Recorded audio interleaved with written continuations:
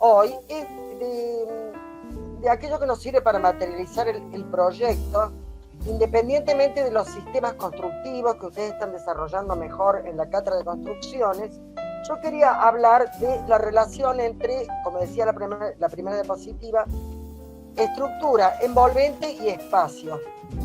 Y me parece fundamental repasar algunos, muy superficialmente y muy rápidamente, algunos conceptos que ustedes ya han trabajado en la cátedra de Introducción a la Tecnología de primer año y que se les está abriendo en este segundo año en las cátedras de Estructuras 1, Construcciones 1 e Instalaciones 1.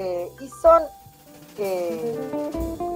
el concepto principal es el de equilibrio, que es un concepto que yo lo tomo desde el punto de vista formal y estructural. Nosotros no vemos la estructura de sostenimiento del edificio como algo que está separado de la forma, y viceversa, no vemos la forma, o sea, conceptos que ustedes trabajan más profundamente en la materia morfología 1 y 2, separada tampoco de aquellos mecanismos y de aquellos modos de poder sostener la casa.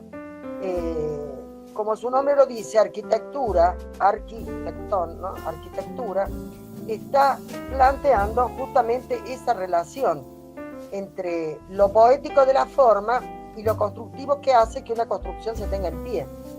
Entonces, cuando yo hablo de equilibrio, hablo de un equilibrio formal y estructural. Como dicen, como nos están mostrando estas dos fotografías, el equilibrio formal y estructural no solo refiere a que podamos, según un eje o unos ejes de simetría, distribuir los mismos motivos formales de un lado y del otro de dicho eje, sino que se trabajan otras formas de simetría, como las simetrías bibalanceadas, por ejemplo, que vemos en la fotografía de abajo, donde casi como en una de esas balanzas a dos platos, nosotros vamos poniendo en planta y en alzado en 3 dimensiones las distintas masas,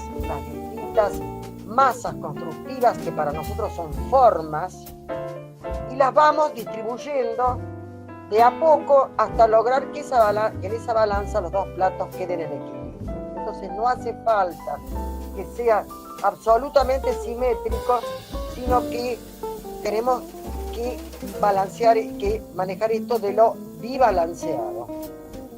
Seguimos un poquito más y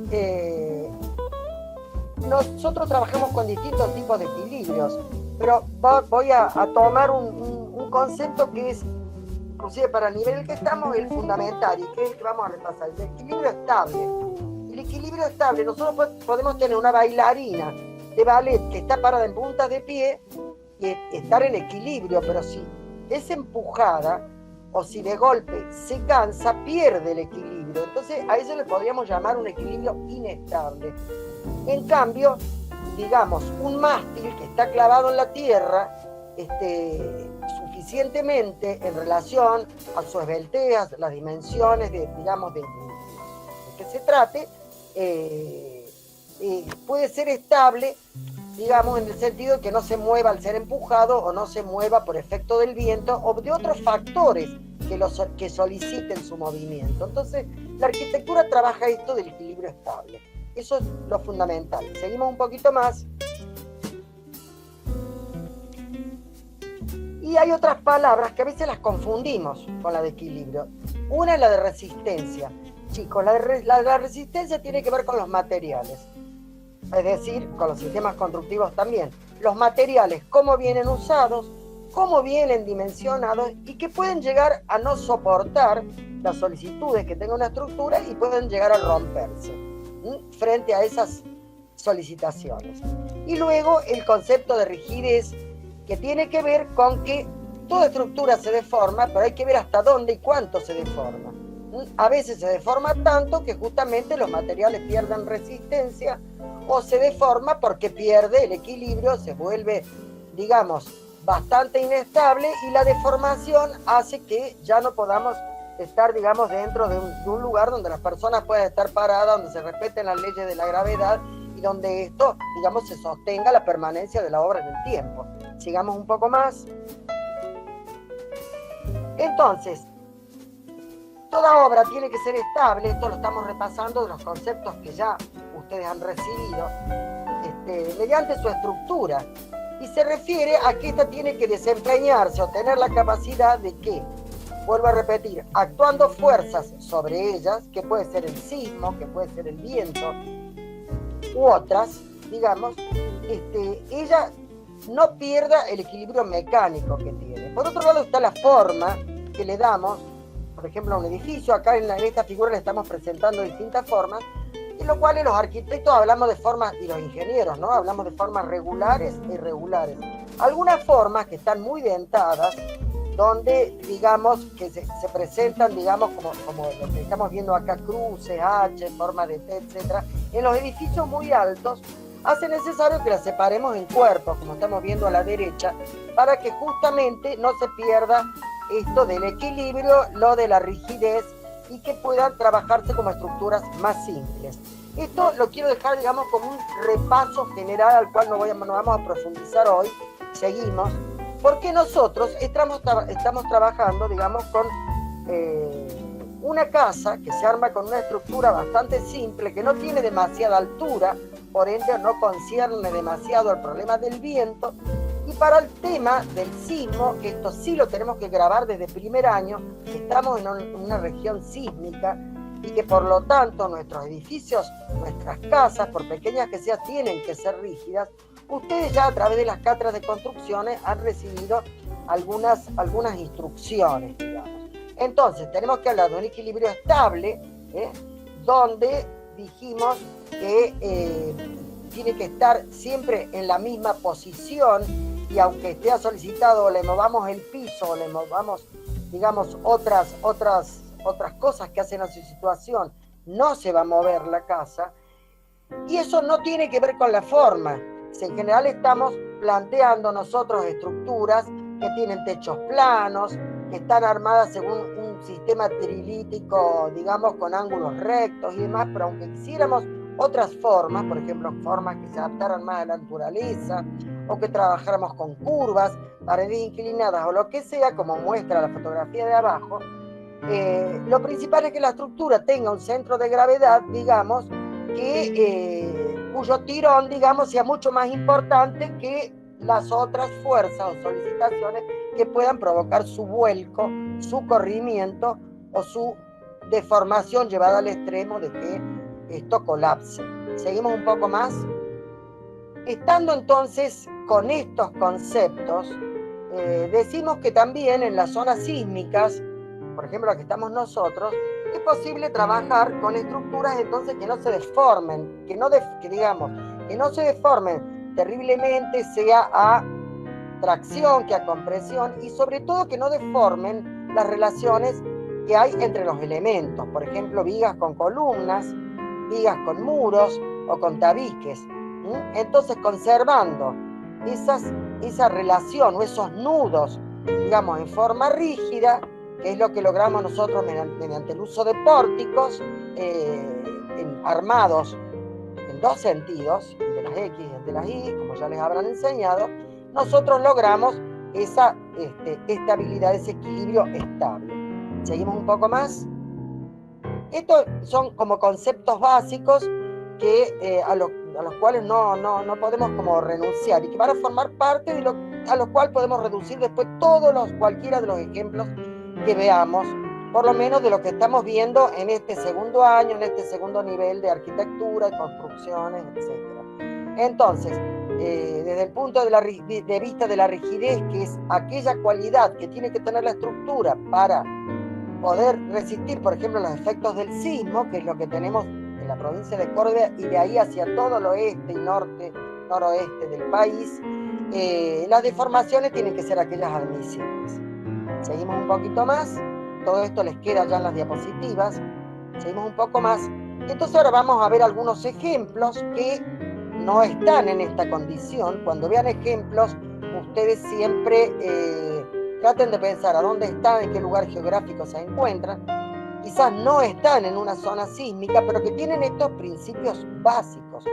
Porque vuelvo a repetir, puede no estar en una zona sísmica, pero puede estar en un suelo que por distintas razones puede producirse un deslizamiento del edificio, o puede estar en una situación de viento, un edificio muy alto, que produzca una deformación tal que impida la habitabilidad.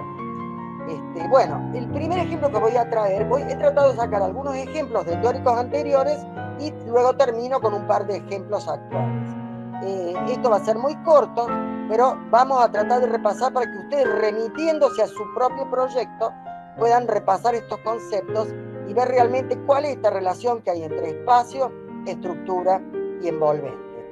La famosa Ville Savoye, que ya presentó Jorge en otros ejemplos, tiene los principios básicos del movimiento moderno, que ustedes ya lo están afrontando también en materias como teoría y método, morfología, y también, no sé si historia de la arquitectura lo van a tener más en profundidad el año que viene, pero estamos hablando de los famosos 5 puntos, ¿no? Del arquitecto Le Corbusier y todo el movimiento moderno. Esta casa que un poco se elevaba y se mantenía, digamos, en una cierta flotación con respecto al paisaje, y que se apoyaba sobre los famosos pilotis, estas columnas, y que tenía la ventana corrida, y que tenía la terraza jardín, etcétera, etcétera. Estamos viendo acá una cierta conexión con otras obras de Le Corbusier, por ejemplo, la Casa Curuchet, que también les hemos presentado en varios de los teóricos, donde vemos estos elementos que se repiten. Por ejemplo, el ritmo dado por las columnas o pilotes que se encuentran conformando módulos formales estructurales, y donde vemos, por ejemplo, acá en la terraza, que se van combinando con distintos tipos de vigas.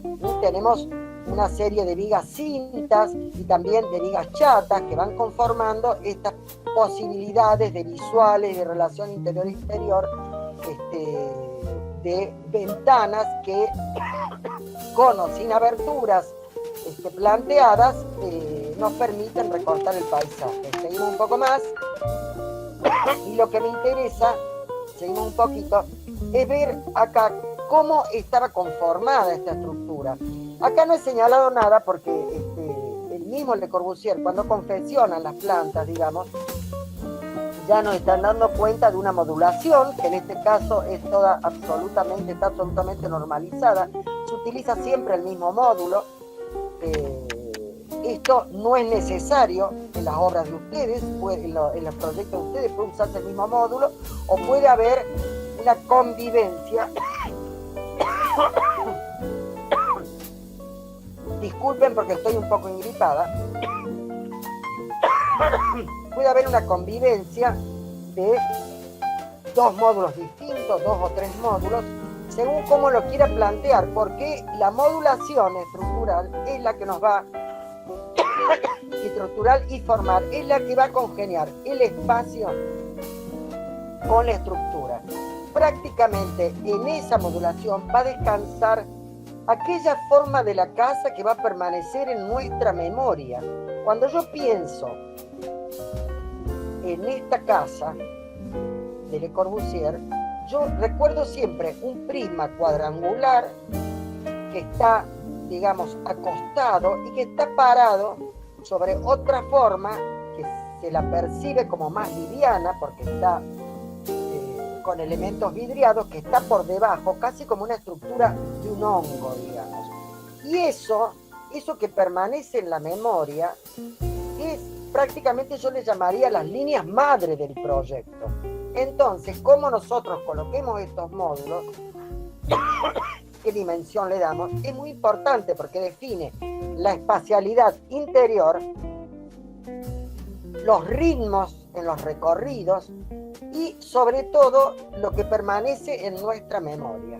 O sea, para todos ustedes, para todos los arquitectos, hablar de la Ville Savoye es recordar estas 2 cosas muy importantes: el bloque ligeramente más pesado, apaisado, acostado, prisma cuadrangular, si se quiere, sobre una estructura que, como todo el movimiento moderno da vuelta a todas las ideas, antes lo pesado siempre estaba abajo, que la construye en vidrio debajo, simulando algo mucho más liviano. Algo que racionalmente no podría ser, sin embargo la estructura se lo permite. ¿Por qué? Porque el haber separado la estructura del envolvente está permitiendo esta cosa, que una cosa que tiene más masa, o que se la percibe como más masa, realmente pueda actuar o descansar, digamos, sobre un volumen que se lo percibe mucho más liviano. Fíjense que extraordinario, porque en esta modulación, que es toda igual, son todos cuadrados iguales, donde apoyan estas estructuras que les vamos a llamar puntuales, que son las columnas, cuando necesita introducir la rampa, Le Corbusier achica el módulo y agrega un módulo nuevo, que se encuentra al medio de la planta y que lo volvemos a ver repetido, digamos, en la segunda y tercera planta. A la vez, vamos a ver que muchas de estas columnas están metidas también adentro de muros o son reemplazadas, en algunos casos, por columnas, digamos que al ser más alargadas son como pequeños muritos con formas longitudinales. Y también vemos que en muchos de los casos no son coincidentes con las envolventes. Justamente un juego que sabían hacer los modernos, sobre todo Le Corbusier, era el siguiente: poner en contraste las formas con estas estructuras que están armadas, digamos, con una geometría que es cuadrangular, digamos, o que es con de ángulos rectos, digamos. Y bueno, eso lo vemos, por ejemplo, en la última planta. La otra cosa de observarse, que ustedes van a tener que controlar también en los proyectos de ustedes, y lo vemos aquí en los cortes, esas estructuras que en ellas descansan las formas madre, entre comillas, quiere decir las formas candentes, las principales del proyecto, van mandando todas las cargas verticales hacia el suelo, y eso se lo ve en el corte. Acá es claro, está bien claro en el corte, digamos, cómo las estructuras descansan una arriba de las otras, no hay desplazamiento. Todo lo que no es así son pequeños tabiques no portantes, divisiones internas que podemos hacer o realizar con distintos materiales. De esta manera, digamos, el corte es prácticamente el instrumento que nos muestra la conformación espacial, quizás mucho más que la planta, porque nos permite ver las dobles alturas, el rol que juega en el espacio la rampa, etcétera, etcétera, y la conjunción entre los grandes espacios sociales y aquellos que son como habitáculos más privados. Sigamos un poco más. Fíjense que esta enseñanza de lo que se llamó el movimiento moderno fue tomado por muchos arquitectos, y voy a tomar a uno que actuó de los años 60 para arriba, fundamentalmente, no quiere decir que no haya actuado antes, pero que es de otras generaciones posteriores. Richard Meyer, una pequeña casa que está a la orilla de un lago, la casa Smiths, que es del año 67, segunda parte del siglo pasado. Nosotros existíamos, ustedes no. La casa Smiths también tiene este lago, un precioso bosque y muchas visuales, que digamos las mejores son lógicamente siguiendo la pendiente, siguiendo el lago. Entonces viene concebida prácticamente con estos dos frentes, ¿no? Un frente de ingreso que se ingresa desde la altura, terrenos más altos, digamos, donde se da este puente que lo estamos viendo en la axonométrica, y el otro frente que es el de las visuales, que mira al lago y que, digamos, mira hacia la barranca y el lago, que tengo visuales un poco más lejanas. Y entonces acá empecemos ya a trabajar y a profundizar esta relación entre estructura y envolvente, sea interna que externa, de Le Corbusier, que al ser tomada por estos otros arquitectos como Meyer, a este movimiento se le llama manierismo, o sea, quiere decir a la manera de, manierismo, a la manera de Le Corbusier, o a la manera del movimiento moderno. Es agarrar aquellos preceptos y haberlos llevado, en algunos casos hasta sus extremos, o hasta haberlos hecho pulular mucho en sus obras, ¿no? Aparecer mucho. Pero bueno, decir, este frente que da al bosque, que se quiere más telúrico, lo manifiesto como más cerrado, una casa más tradicional, donde la puerta es más puerta, aunque yo le pongo un puente, y donde la ventana tiene forma de ventana de las casas tradicionales de cualquier época, lo voy alivianando y lo voy perforando cada vez más a este elemento que envuelve, hasta llegar casi a transparentarlo totalmente cuando estoy con las vistas al lago. Entonces, acá la envolvente no solo envuelve, sino que también va trabajando este asunto de la contraposición. Una contraposición que ustedes la pueden trabajar también en relación a las orientaciones. Nosotros podemos tener, por ejemplo, un oeste, que es casi mucho más cerrado y apenas perforado, y podemos tener un norte y un este, a diferencia del hemisferio, de los que están en el hemisferio norte, que lo trabajan con el sur, digamos. Nosotros podemos tener un norte y un este, donde el tema de la ventana corrida puede agrandarse tanto hasta convertirse en paños. Y entonces estos son todos los temas que yo quiero que ustedes refresquen y traigan de las morfologías y de las materias como estructura y construcciones, o aunque sea de introducción a la tecnología, para que vayamos trabajando esta conjunción entre estructuras y envolvente. Vamos a la planta de esta casa, que son muy pocos los ejemplos que voy a mostrar. Bueno, acá tenemos el corte. Los cortes de esta casa son paradigmáticos porque prácticamente representan lo que les decía antes. Las estructuras, digamos, la estructura que está presente en las tres plantas, digamos, de ella tiene que verse su correspondencia. Si ustedes ven que están desplazadas en el corte, es porque algo están planteando mal, porque como ustedes saben, las cargas que tiene todo el peso de la obra, de la construcción en sí, más la sobrecarga de las personas, los muebles, todo lo que hay adentro, digamos, tiene que ser canalizado hasta la tierra, y tiene que ser canalizado por continuidad de las estructuras hasta la tierra. Esto es lo que hace a las cargas normales o perpendiculares a la tierra. Y estas obras de estos arquitectos hay muchísimos, fue un movimiento muy grande, ustedes lo van a ir ya distinguiendo y encontrando en el internet, en los libros de historia de la arquitectura, etc. Estas obras son paradigmáticas en ese sentido. Bueno, acá estamos viendo la contraposición y la maqueta en cartón, como algunos de los talleres que ustedes están trabajando, o a lo mejor lo están trabajando ustedes con una maqueta electrónica, pero estamos viendo cómo es claro en ese sentido. Entonces la envolvente acá está trabajando contraposiciones, además de envolver, y a veces está trabajando en esas contraposiciones la idea de tapar y destapar también. Entonces la envolvente va adquiriendo esto de tapar, destapar, etc. Seguimos un poco más. Fíjense la chimenea, cómo está trabajada por fuera del volumen, sacada al patio. Los dos modos de ingreso, desde el lago y desde el bosque, también están trabajados como brazos que se agarran de la tierra. En un caso tenemos una rampa puente que tiene que salvar un pequeño desnivel, porque además está ingresando medio nivel más alto.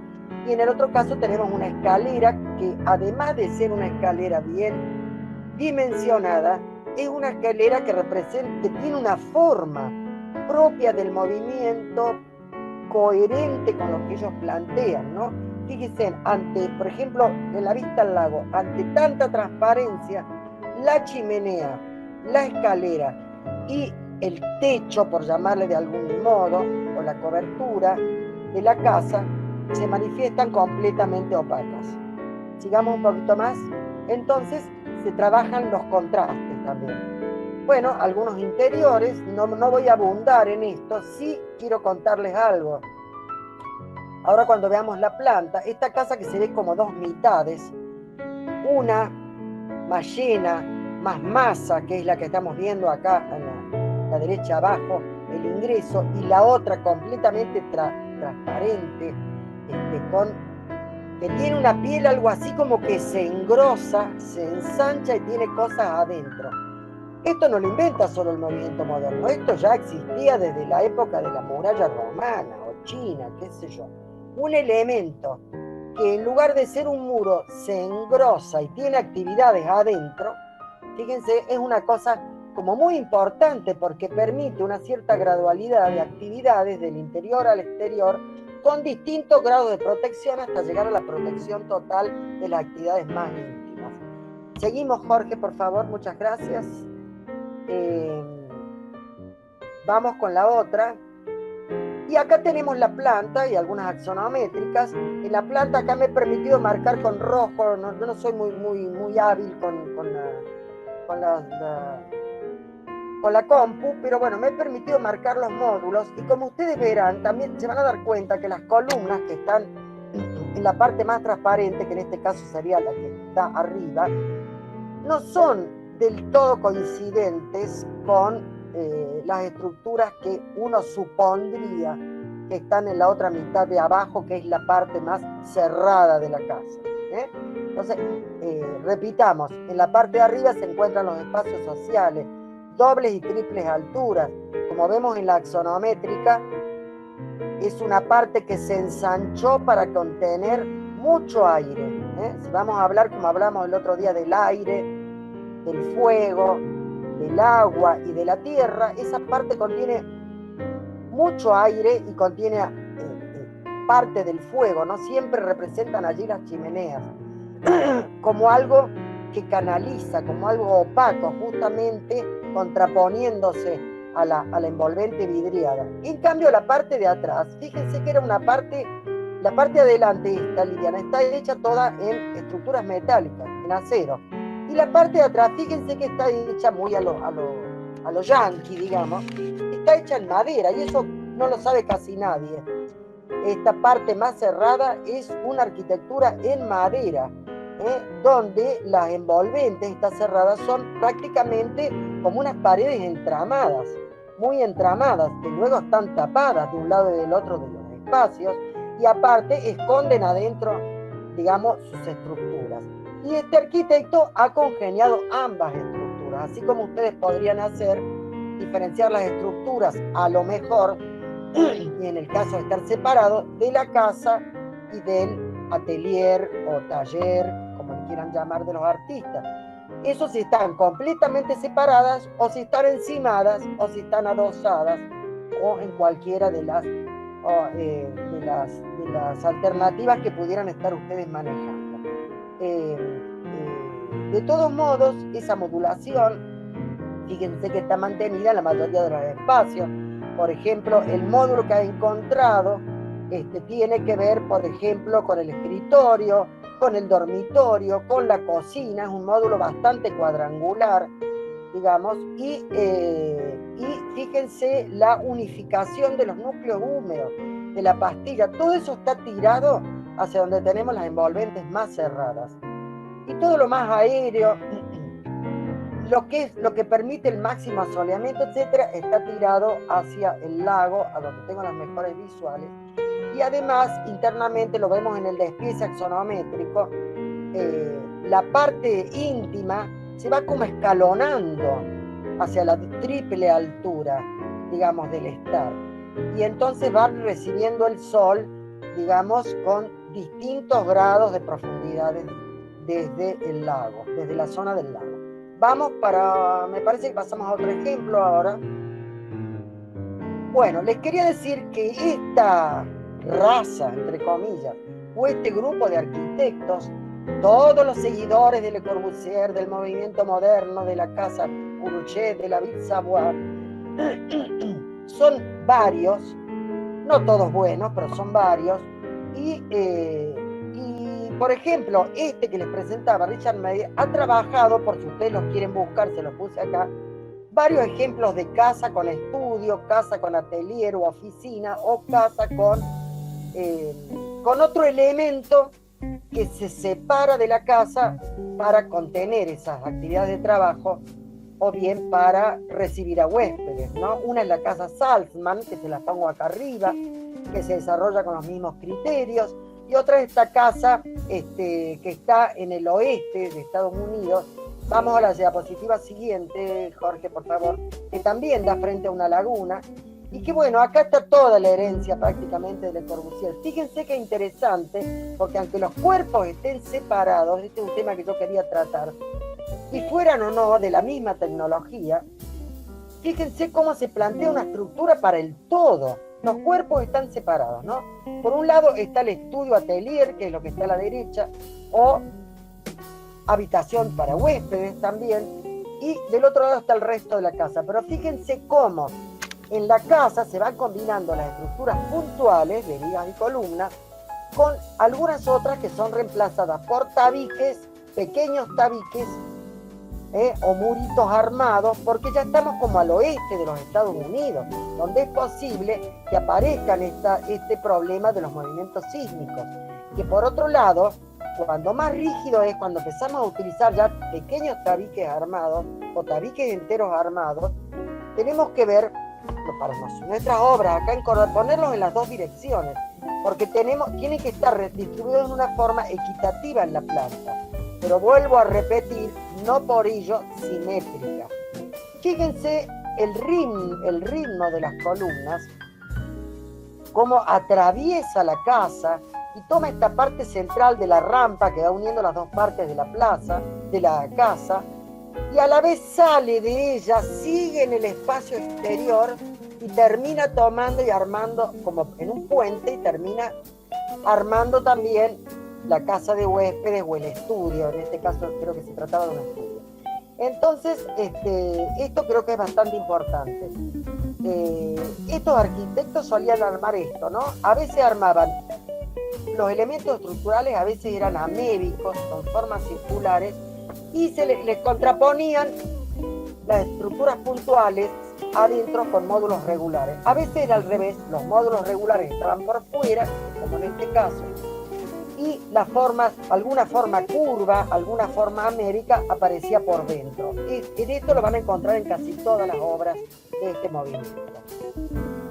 Seguimos un poco más. Bueno, de otro maestro, Luis Kahn, que también trabajó en el siglo pasado, pero que tuvo también a mediados del siglo pasado su momento cúlmine de su carrera. Traigo esta otra casa, es la casa Escherich, porque plantea otra línea diferente a la que nos planteaba Le Corbusier y sus seguidores. Coincide también con una época donde se deja un poco la idea de la arquitectura blanca, de los volúmenes puros bajo la luz del sol, que trabajaban mucho esto de la luz y la sombra, para pasar a una época donde había un interés mayor por trabajar la genuinidad de los materiales como ellos se presentan, como ellos quieren ser. Y entonces se entra en una época que por eso se le llamó un poco el brutalismo. Acá en nuestra latitud es muy normal ponerle a las palabras la terminación ismo. A mí no me gusta mucho, pero bueno, no sé, en Francia se le llamaba los materiales en bruto, en definitiva, tal cual son, genuinos, no mentidos. Y entonces aparecen estos ejemplos. Yo he tomado a uno de los grandes maestros que signó a muchas generaciones posteriores.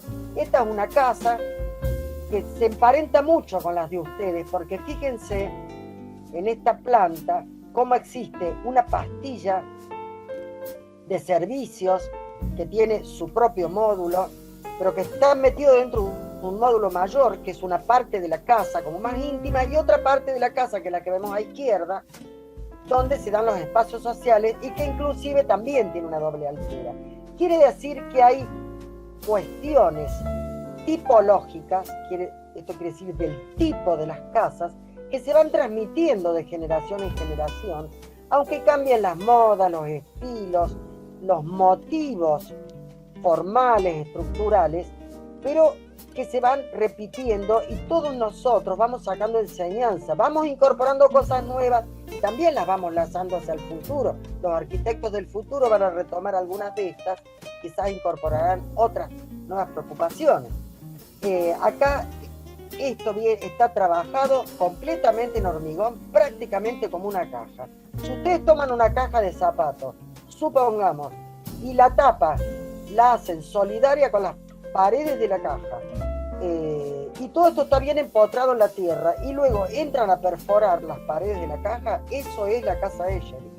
Es una casa completamente en hormigón con distintas perforaciones según las orientaciones. Acá estamos viendo, por ejemplo, un que tiene perforaciones como más funcionales, por llamarle, necesariamente por la funcionalidad de los espacios interiores, como puede ser la ventana de un baño, de una cocina, etc.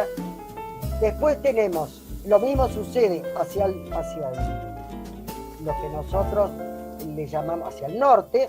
Hacia el oeste se manifiesta completamente cerrada, y hacia el sur, que sería el norte nuestro, se manifiesta completamente abierta.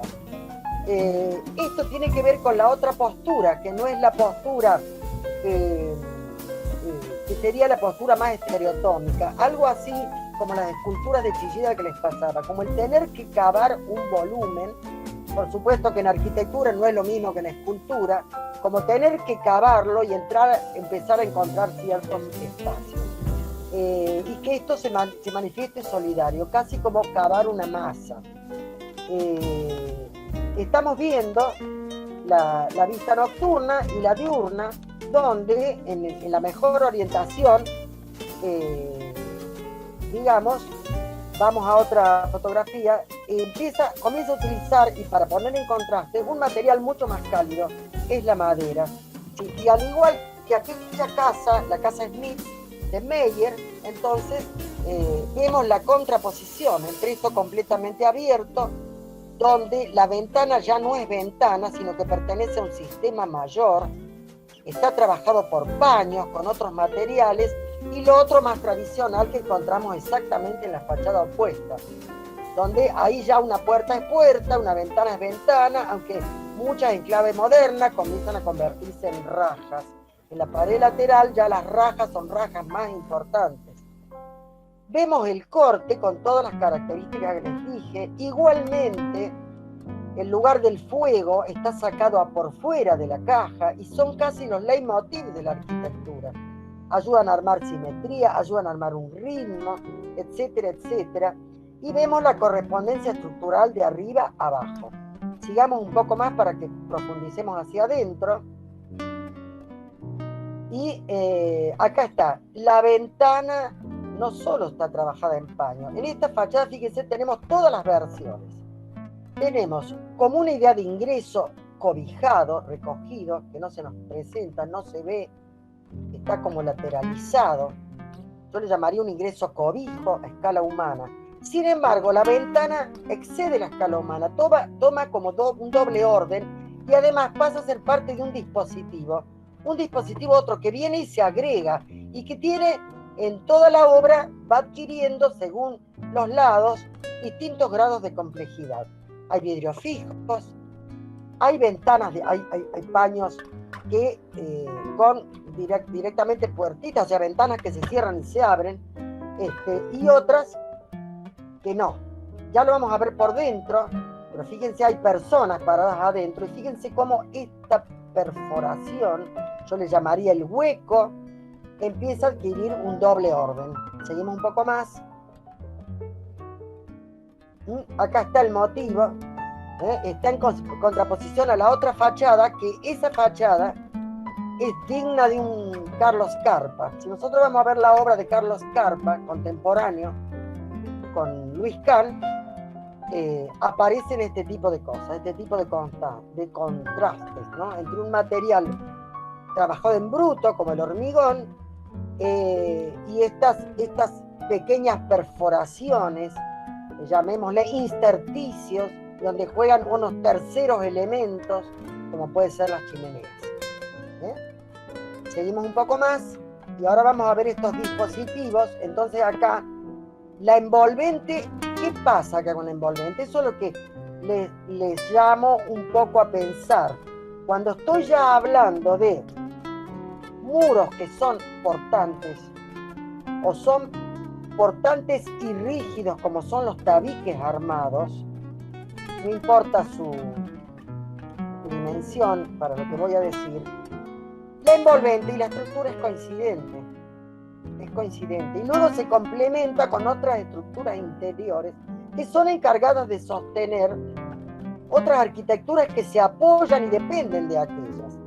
Fíjense, por ejemplo, en esta pared que estamos viendo del espacio interior, la ventana cumple realmente un rol de un dispositivo. Fíjense que hay vidrios fijos al centro, vidrios fijos abajo, casi nos permite ver las piernas de una persona que pasara caminando, y arriba hay ventanitas que pueden abrirse.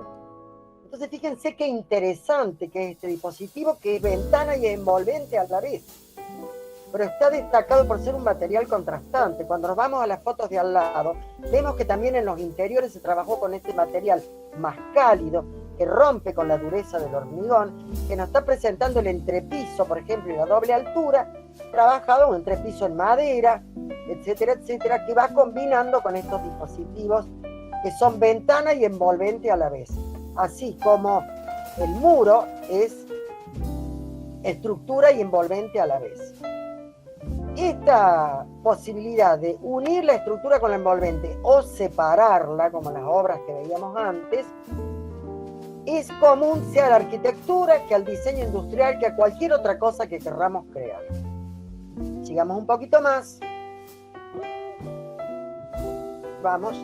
Entonces, fíjense que esta casa, que ya les presenté en otro teórico, que es la casa en Riva San Vita de Mario Botta, de los años 70, la vuelvo a traer porque tiene y conserva estos conceptos. Porque, ¿qué pasa? El arquitecto Mario Botta fue alumno, sea de Luis Kahn que de Carlos Carpa, fue alumno de ambos, pero también vivió y estudió también, digamos, con el movimiento moderno. Entonces, evidentemente, la herencia es visible, aunque su obra toma su propia personalidad. Bueno, acá vemos las plantas con las fachadas rebatidas, para que ustedes entiendan, digamos bien, el sistema Monge y la representación, pero también les colé acá unos cortes al lado, ¿no? Entonces esta casa también está trabajada casi como una cosa que aparenta ser más que tectónica, estereotómica, por utilizar, digamos, las palabras que usan en la materia morfología. Y también esto es como una caja, pero digamos, un prisma cuadrangular, pero más verticalizado, que ustedes ya lo vieron en otro teórico, donde por estar en Suiza, en el cantón italiano de Suiza, que sí tenemos sismo, ahí tenemos sismo, podemos hablar de que los elementos estructurales, que es lo que estamos rodeando con un círculo rojo, que son, digamos, estas 4 puntas del cuadrado que están armadas, porque esto está armado con bloques, pero no importa, podrían ser de hormigón también. En estas 4 puntas descansa toda la estructura del edificio, toda la construcción de toda la casa. Y luego aparecen internamente algunos otros elementos, como puede ser algunos tabiques en la escalera o en algunos otros lugares, que nos ayudan a soportar algunas otras apariciones espaciales interiores, que dependen de la estructura mayor, como algún voladizo, alguna planta o algún entrepiso que está balconeando, etcétera, etcétera. Pero la estructura mayor también vuelve a ser esta caja externa muy importante, que es envolvente y estructura a la vez. Vamos con la otra foto, así no me demoro tanto. Bueno, acá lo vemos, acá vemos el ángulo que yo les mostraba, y vemos cómo la ventana deja de ser ventana, pues pasa a convertirse en paño. Es más, en esta casa hay 2, que tenemos esto de las pieles que veíamos en la casa Smith también, ¿no? Tenemos esta gran hueco, llamémosle así, por decir algo, que es una ventana que no tiene vidrios, que permite pasar el aire. Y luego tenemos las ventanas verdaderas que están adentro, en estos volúmenes, que aparecen unos más, otros menos. Por estos huecos se mete el puente de entrada, que es el que estamos viendo acá con una tecnología completamente diferente. La foto que está en el ángulo inferior, estamos un puente armado con estructura metálica, tejido y demás, hasta pintado de rojo, y que hace juego, digamos, con las barandas de la terraza, etcétera, etcétera. Entonces se plantea el contraste nuevamente entre 3 materiales fundamentales. Traten de no poner demasiadas cosas en su arquitectura, porque ven que hace falta muy poco para poder darle contundencia a una idea. Acá tenemos entonces el material bruto, que es el hormigón o los bloques de cemento armados, o de ladrillo podría ser también, etcétera. El vidrio, que es el elemento liviano que aliviana, y también en este caso el acero, dedicado solamente a barandas y puentes. Vamos un poco más. Bueno, acá hay algunos detalles constructivos de la casa arriba San Vitale, que se los puse abajo, y arriba puse otra casa del mismo autor, por si la quieren ver, porque tiene varias del mismo tipo que son muy interesantes, porque prácticamente está esta cáscara, esta gran cáscara estructural, y adentro se va armando como una arquitectura debajo de la otra, por decir algo, ¿no? Como la casa Ligorneto, hay otra casa que la casa Grota y otras más que tiene el mismo arquitecto, tiene muchas. Sigamos un poco más. Bueno, yendo un poquito más adelante, otro arquitecto que también ya era grande acá en los años 80, cuando se hace esta casa en Kiyosaki, porque ya estoy pasando como a casas entre medianeras, ¿no? Esta casa en Kiyosaki, está en Japón, digamos, tiene evidentemente todos los problemas del sismo. Entonces, ¿de qué se trata? ¿De hacer una cosa aburrida, simétrica? No. Vuelvo a repetir. Hay que hacer una repartición equilibrada de las masas de la obra, y por otro lado, tratar de repartir también equilibradamente las estructuras, aunque no por ello hacer una obra que sea aburrida, completamente simétrica, y que en las vivencias, en el recorrido, en la hermenéutica, en el descubrimiento de los espacios de la casa, no sea aburrida, no sea todo previsible. Ustedes saben que dijo un famoso arquitecto que se llamaba Christian Norbert Schuss, decía que en toda obra de arquitectura, sea en una casa como en un parque, en cualquier obra de arquitectura, es importante orientarse y también es importante poder perderse, que se den ambas cosas. Y esta obra de Tadao Ando yo creo que los reúne.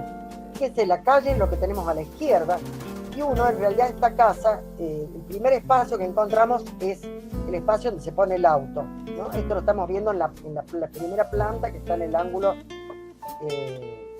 superior izquierdo. Entonces ahí va el garaje. Pero vemos como una escalerita en una curva que permite subir, y también más allá vemos una escalera que permite bajar al patio, a uno de los patios de la casa, donde nos permite, ahí empezamos a trabajar, digamos, con un nivel que está un poco más enterrado. Y bueno, estas son las tres plantas que las estamos viendo en sucesión. También después les aporto una planta de techos, donde está muy clara la modulación, están claros los espacios sociales como rodeando hacia todas las visuales, incluyendo el patio, ¿no? Hacia todas las visuales, incluyendo el patio. Está muy marcada la medianera. Ustedes, chicos, tienen que marcar con 2 líneas sus medianeras, porque el primer concepto espacial y la primera idea espacial que tienen que tener es la del propio sitio de intervención.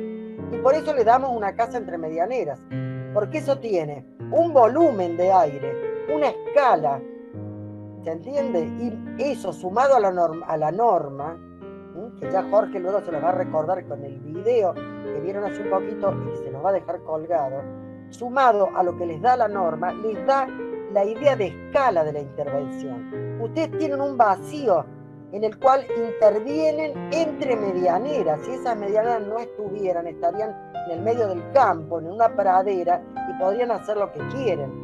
En cambio acá son cosas que nos va dando una idea, una escala de la intervención, la conjunción entre el sitio, la norma y el paisaje urbano. Y eso es lo que hace acá Tadao Ando.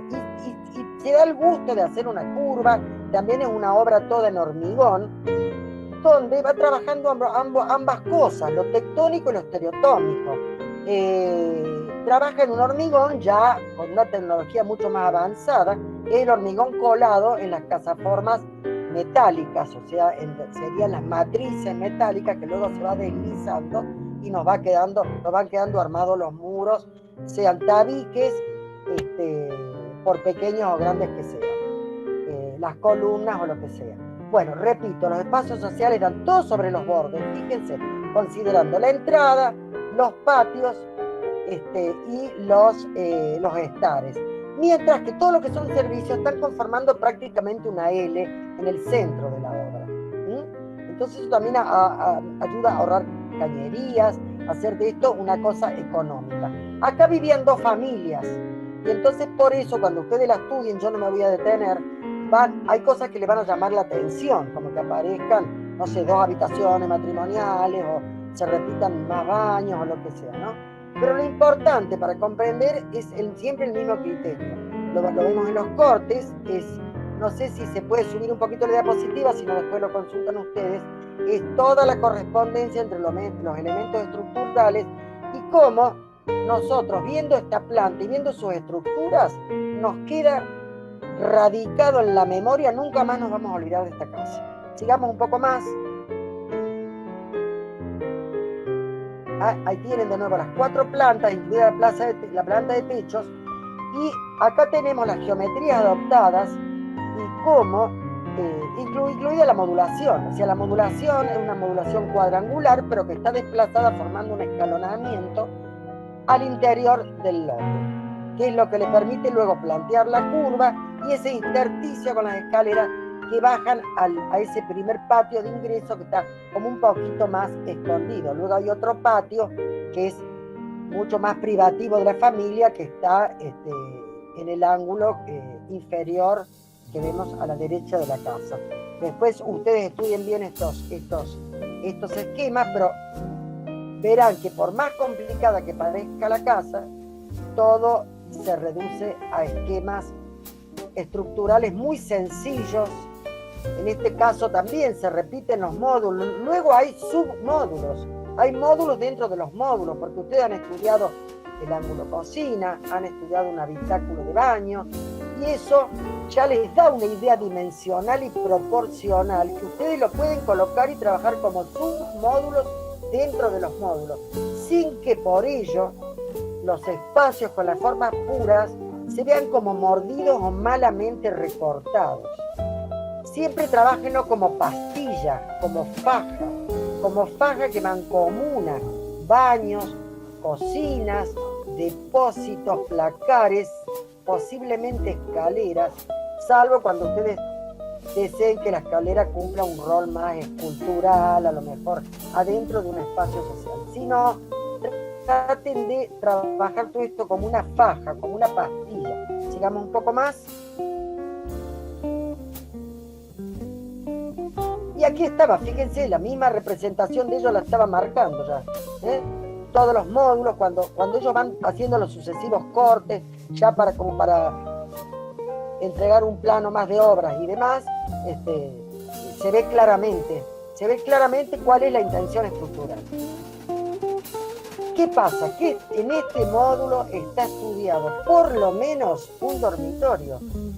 Si yo le agrego algo al módulo, un medio módulo más, es porque es un dormitorio con escritorio, o es un estar, que tengo que contener más gente que en un dormitorio, etcétera. O si le quito una faja de servicios, es porque luego lo convierto al módulo en una circulación, posiblemente, o en un pequeño hall distribuidor.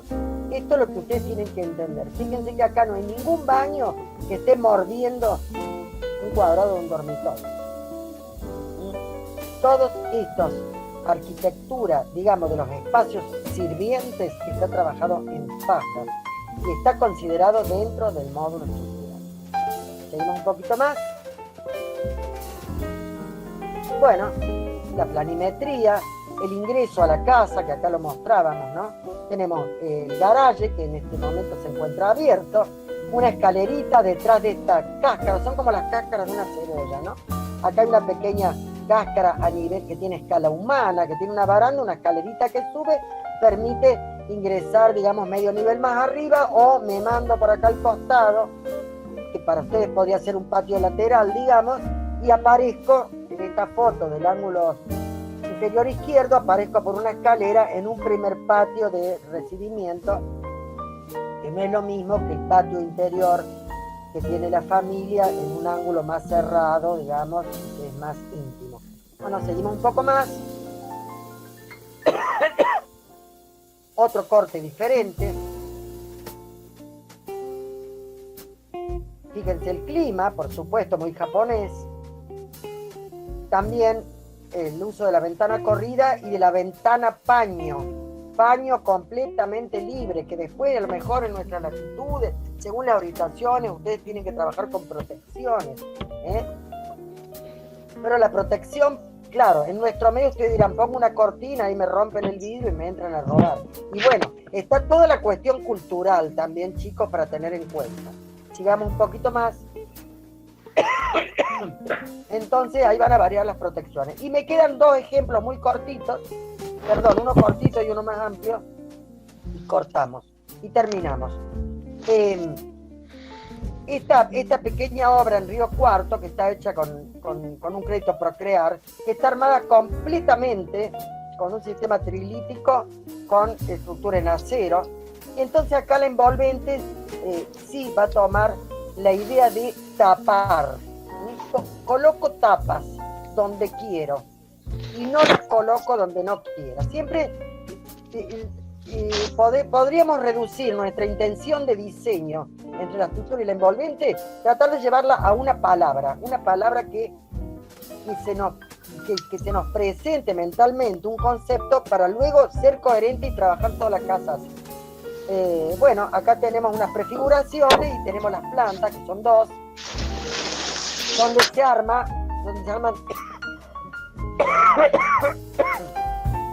norte-sur 3 módulos y este-oeste 2 módulos. Hay una doble altura acá sobre el sur. Vamos a la otra diapositiva mejor. Es una casa que planteada casi como un loft, desde la primera habitabilidad, que es meterse adentro de la casa antes de que esté terminada.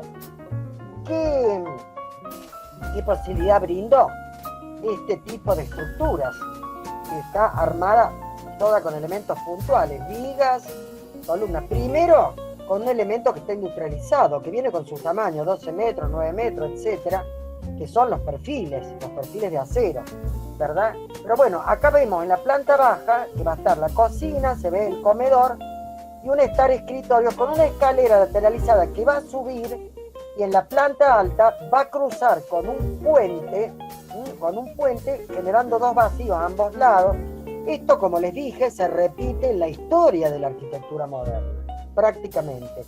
Y luego un dormitorio con posibilidad de un tercero mientras haya un hijo chico, o que luego puede ser un cambiador, o un espacio de lectura, o un escritorio, un plan B, digamos, y otro dormitorio que va a dar hacia la calle. Los baños están encolumnados, como están viendo, y además asociados con la cocina. Todo lo que les hemos bajado desde la cátedra. Esto va a estar muy claro en el video que les va a colgar hoy Jorge. ¿Para qué? Para que, como en este teórico, hagamos una síntesis. En la foto superior vemos también cómo el crédito te lo dan con 80 metros cuadrados, que es lo que está planteado aquí. No se puede plantear toda la casa, entonces la cochera está descubierta por ahora. Pero, digamos, se podría poner un tejido y dejar crecer unas enredaderas, o poner unas vigas de madera con el mismo fin, o metálico, o alambre, o lo que fuere. Y siempre es un lugar que podría llegar a cubrirse el día de mañana. En este momento está permitiendo pasar desde el lado de adelante al posterior de la vivienda. Lo que vemos abajo es la tecnología del ladrillo cribado, que permite una cierta ventilación de los antebaños. Vamos con la otra, Jorge. Y acá vemos de nuevo esta idea de cómo ir combinando el orden más de la escala humana, por ejemplo, que adquiere el basamento y la puerta, como que es mucho más grande que una puerta común. Intenta, como ahora se vive abajo y es la parte social y no tiene por qué todo el mundo estar viendo, aunque esta casa está tapada de pinos por el frente, digamos, está entre medianeras, pero tiene pinos porque es un barrio periférico, no es la situación de ustedes, que tiene un jardín delantero. Tiene como una parte opaca, entonces se va manejando esa envolvente tapando, porque se armó toda una estructura en acero, toda transparente, y se va decidiendo, mientras que en los baños, por ejemplo, se va planteando un doble orden. La envolvente adquiere la altura total de la casa y reaparece arriba del tanque, y entonces eso le da como otra escala. Arriba se trabaja ya con un sistema de chapa, digamos, formando ya como un sándwich. Inclusive estas ventanas rajas que van quedando permiten un cierto modo de entrar la luz en el interior. Y la cubierta, que también está armada con chapa, cae ligeramente hacia la parte de atrás de la casa. Sigamos un poco más. Así ya terminamos. Allá está en construcción, lo estamos viendo ahí arriba. Esto de la idea de tapar o destapar. Y acá estamos viendo un poco cómo se vive en este momento, divididos con muebles, con mobiliario, con tabiques de madera.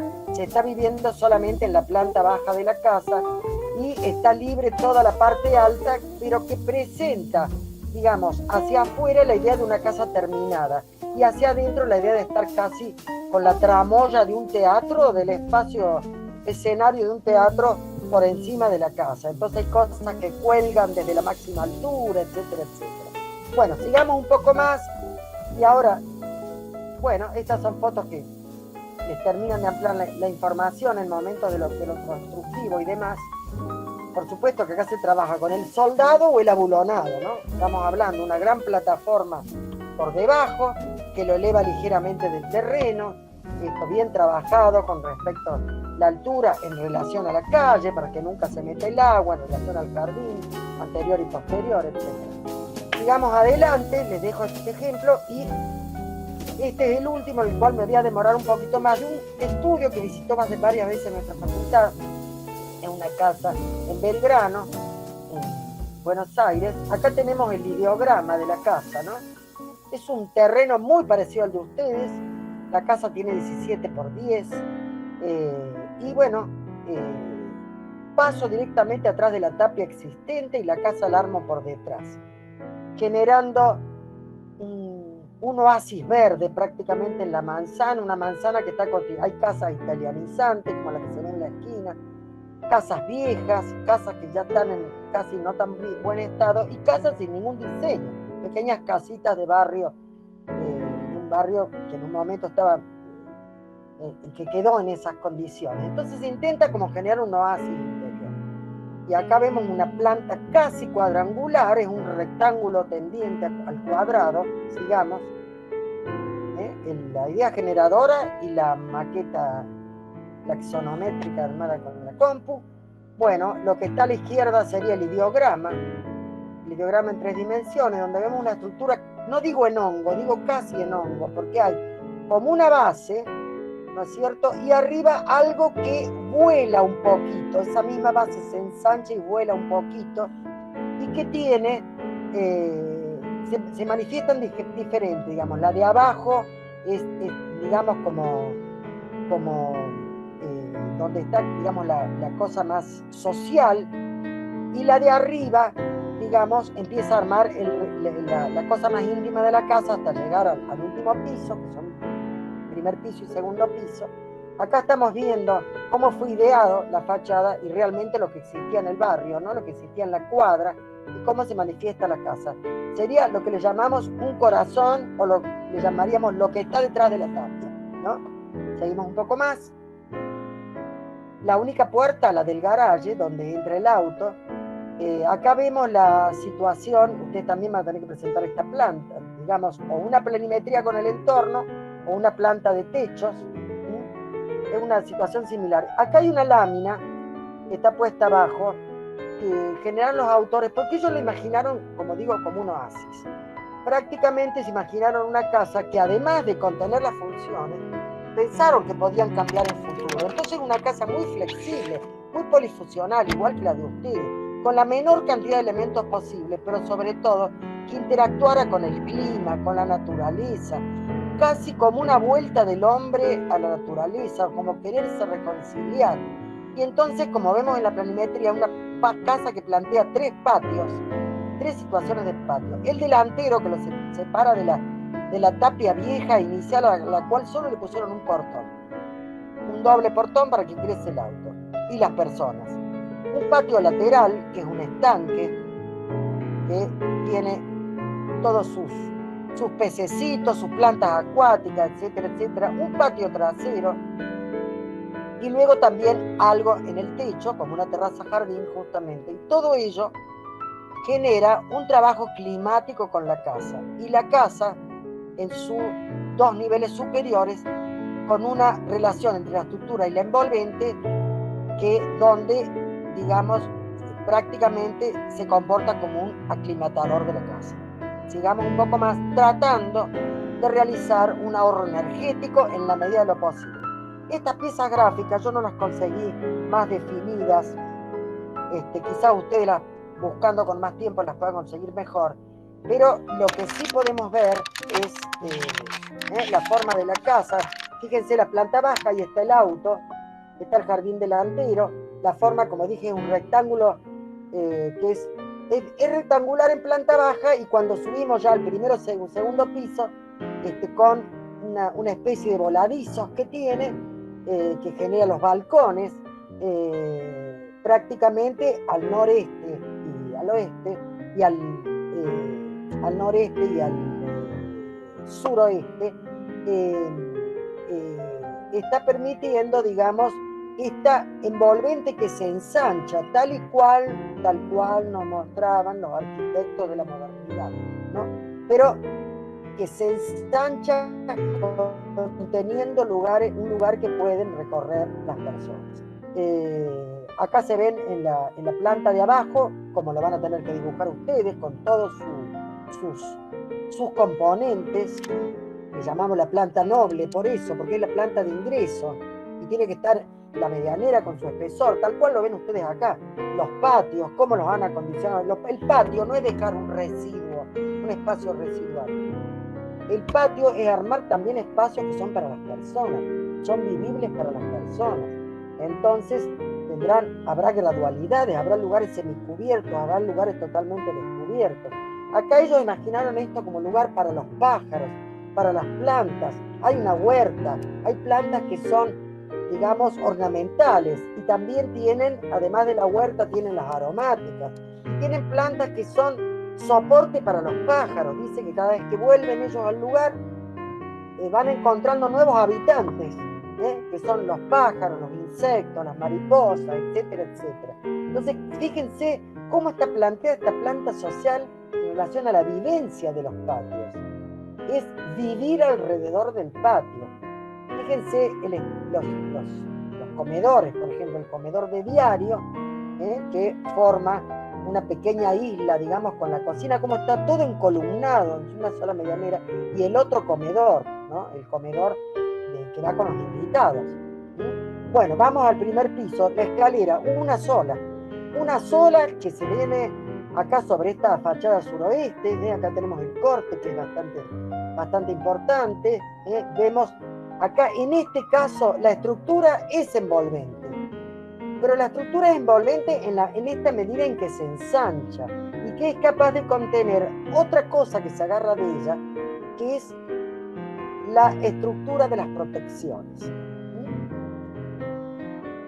Acá está dibujado lo que les estaba diciendo. Fíjense cómo hay unos pequeños soportes, porque estas protecciones, al alcanzar 2 pisos de altura,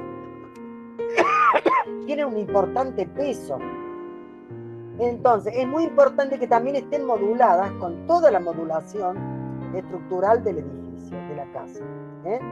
Y ellas se van a agarrar de la estructura principal. Sigamos, por favor, Jorge, así no nos demoramos tanto. Pero acá tienen maquetas, como están armando ustedes. Tienen una maqueta donde se ve cómo la estructura define los espacios, y la escalera, la estamos viendo a la izquierda.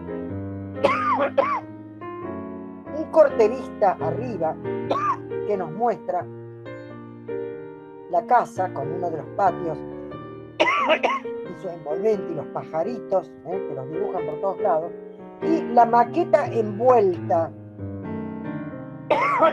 Acá sí que existe esta idea de envolver y proteger. Entonces llevemos la idea de la envolvente a una palabra. Puede haber muchas palabras que la sinteticen y las vamos a ir sacando. Y en el corte de abajo, que es distinto que los demás, estamos viendo cómo las estructuras se triangulan para sostener estos grandes paños vidriados también, y para que pueda adquirir estas características de hongo, para que no haya intersecciones con otras estructuras adentro de la planta. Las plantas quedan prácticamente libres, salvo estructuras menores como puede ser la de una escalera o qué sé yo. Sigamos un poco más. Acá estamos viendo la envolvente 1 y la envolvente 2. Entre las dos forman un envolvente espacio. Un espacio donde caminan las personas, puedo regar, tener macetas, regar una planta, etc. ¿De qué está armada esta envolvente? Bueno, ya lo van a ver si ustedes buscan el ejemplo. En realidad estos arquitectos la concibieron como una serie de tubos que van llevando agua fría y agua caliente, que vienen también de un sistema solar. Hay paneles solares en el techo, y entonces toda la envolvente, techos y protecciones se transforman en un aclimatador de la casa, que ellos lo van probando, se lo idearon, lo inventaron y lo van probando. Están viendo cómo se comporta, si bien todavía no está totalmente puesto en funcionamiento. Las distintas, lo que para nosotros sería una losa, acá está armado, digamos, con el sistema Steel Deck, que nosotros armamos el encofrado con elementos metálicos ya perdidos, ya queda armado definitivo. Esto acá estamos viendo la distinta conjunción de los patios, digamos, que resumen el concepto de casa que se quería tener, y acá tenemos esta axonométrica donde describe los tres patios, toda la climatación dada desde el techo y las envolventes verticales, y acá el despliegue axonométrico donde se ven las distintas partes. Un poco con esto nos estamos conectando a lo que Jorge en el video que les va a dejar colgado y que les pasó anteriormente les dio como pasos a seguir, que no son los únicos, pero que intentan resumir una especie de camino posible o sintético de los procesos que ustedes vienen siguiendo o que seguiría cualquier arquitecto. Entonces, consultaciones con el tema problema y el lugar. Esa es la primera. Decidir la pisada, ¿dónde nos vamos a poner? Acá decidieron ponerse al medio del lote. Al medio del lote. ¿Por qué una forma casi cuadrada? Porque decidieron construir tres patios. ¿Para qué? Para que cada vez haya más pájaros, para tener una huerta, para tener tres piletas, porque tienen una arriba del techo, una en el patio de atrás y un estanque lateral. Poder criar así distintos tipos de animalitos, casi como pensar en un oasis, una vuelta a la naturaleza. Crear una estructura que me deje estos pisos libres. Fíjense que acá tenemos la parte social. En el primer piso están los lugares de trabajo, que para un artista podrían ser sus estudios. Y en el tercer piso recién aparece el dormitorio, de lo cual quedaron algunas fotos que, bueno, se pasó de largo, no las vimos ahora, pero están en el video, están en el PowerPoint. Entonces ahí tenemos la cocina, acá está el dormitorio, quedaron algunas fotos pendientes, pero ustedes investiguenlo por cuenta propia. Vean, por ejemplo, la conjunción entre los materiales. Acá esto es toda una construcción en seco. Entonces, creo que la diapositiva final, acá estamos viendo la conjunción entre la estructura y la envolvente ensanchada, una que es la envolvente. Fíjense que hay una cosa que envuelve, que es estructura, con las triangulaciones.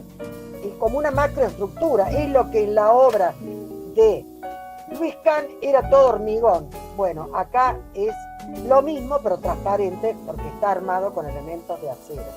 ¿Está claro? Esa es una primera piel. Luego viene la piel de vidrio, y luego viene el balcón, y viene la piel de estos caños, de estas cañerías frías y calientes que rodean el edificio. Ya es un poco lo que va ligando a los arquitectos de hoy con el futuro, por decir así. Ustedes van a ser, chicos, el futuro. Entonces es importante ver cómo se van llevando las tradiciones hacia adelante, y se va construyendo tradición hacia adelante.